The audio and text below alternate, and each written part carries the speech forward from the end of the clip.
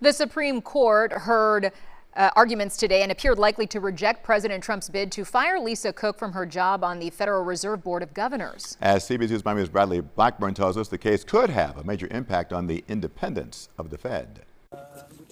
Lisa Cook left the Supreme Court Wednesday, where the justices considered the legality of President Trump's attempt to fire her from the Federal Reserve Board of Governors. The president maintains he removed her for cause based on allegations of mortgage fraud, which she denies. Deceit or gross negligence by a financial regulator in financial transactions is cause for removal. This is the first time in the 112-year history of the central bank that a president has tried to fire a sitting governor from the board, a key independent body. Several justices appeared skeptical of the administration's position, including Trump-appointed Justice Brett Kavanaugh, who questioned how it could affect the Fed in the future. Your position that there's no judicial review, no process required, no remedy available, very low bar for cause, that would weaken, if not shatter, the independence of the Federal Reserve. Outside the court, a number of House Democrats argued Trump's real reason to remove Cook is to gain control over the Fed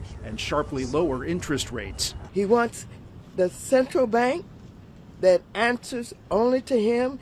At the World Economic Forum in Switzerland Wednesday, President Trump repeated his criticism of Fed Chair Jerome Powell.